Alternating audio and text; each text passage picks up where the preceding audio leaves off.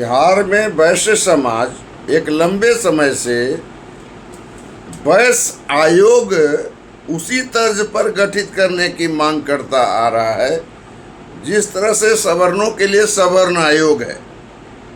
लेकिन जो वर्तमान की जो एनडीए की सरकार है बिहार के अंदर, उस सरकार में जो जिसके मुखिया हैं नीतीश कुमार, वो वैश्यों को एक प्रकार से झांसा देने का काम कर रहे हैं। जो जानकारी है, सरकार जो है व्यवसायी आयोग का गठन करने जा रही है।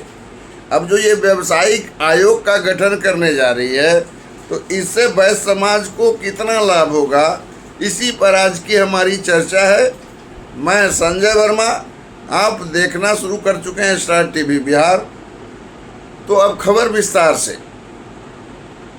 वैश्य समाज मतलब 56 उपजातियों का एक समूह है जिसकी तकरीबन आबादी 22 से 23% बिहार के अंदर है। और ये जो जातियां हैं, इनमें बहुत सारी समस्याएं हैं। खासकर सुरक्षा को लेकर के वैश्य समाज हमेशा जूझता रहता है। अपराधी जो है वो वैश्य समाज को ही टारगेट करता है।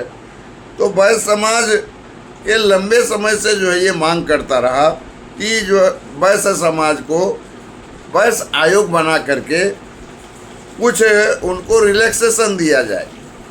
अब सरकार जब व्यावसायिक आयोग बनाने वाली है या फिर बन चुकी है, तो फिर इसमें जो वैश्य समाज का जो नेता हैं, तथाकथित नेता या वास्तविक नेता, वो किस मांद में सोए हैं, ये समझ से परे है।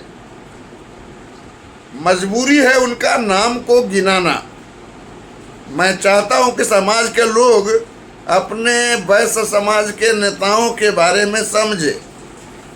तो वैश्य समाज के जो संगठन हैं, यहाँ दर्जनों संगठन हैं।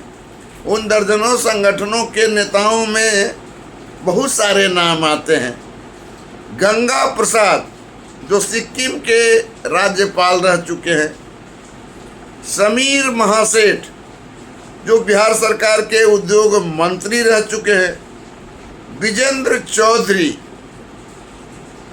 संजय जायसवाल डॉक्टर बिहार प्रदेश के अध्यक्ष रह चुके हैं, पवन जायसवाल बहुत तेज तर्रार विधायक रहे हैं, श्रीमती ऋतु जायसवाल अभी इनकी भी बहुत चर्चा होती है, संजीव चौरसिया जो दीघा के विधायक हैं, वो भी वैश्य के नेता बताते हैं, डॉक्टर जगन्नाथ प्रसाद गुप्ता वो भी वैश्य के नेता बताते हैं।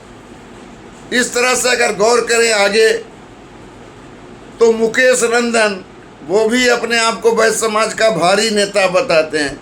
पर ये जो स्थितियां पैदा हुई है, वैश्य आयोग के नाम पर जो व्यवसायी आयोग बनाने का जो कोशिश किया जा रहा है, जो वैश्यों को ठगने का काम किया जा रहा है, जो वैश्यों को धोखा देने का काम किया जा रहा है, वैश्यों को झांसा देने का काम किया जा रहा है, ये जो नाम मैंने गिनाए, जो वैश्य समाज के जो नेता हैं, एक नेता विजेंद्र चौधरी भी हैं।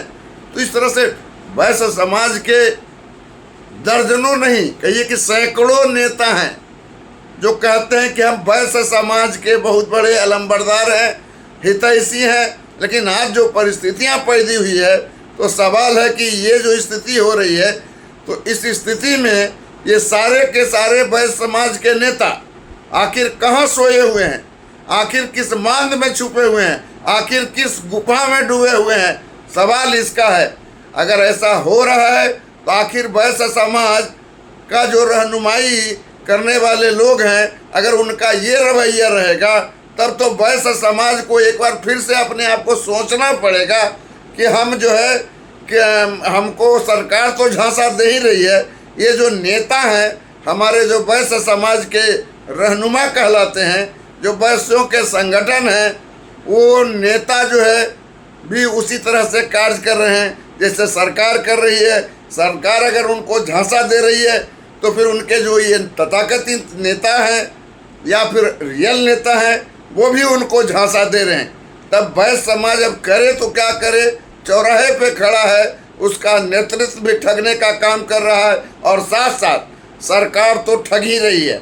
अब दोनों पक्ष जब ठग निकल जाए तो भगवान ही मालिक है वैश्यों के हितों की रक्षा के लिए। तो आप देखते रहिए स्टार टीवी बिहार। चैनल को आपने सब्सक्राइब नहीं किया है तो सब्सक्राइब कीजिए, लाइक कीजिए और कमेंट कीजिए। बहुत बहुत धन्यवाद।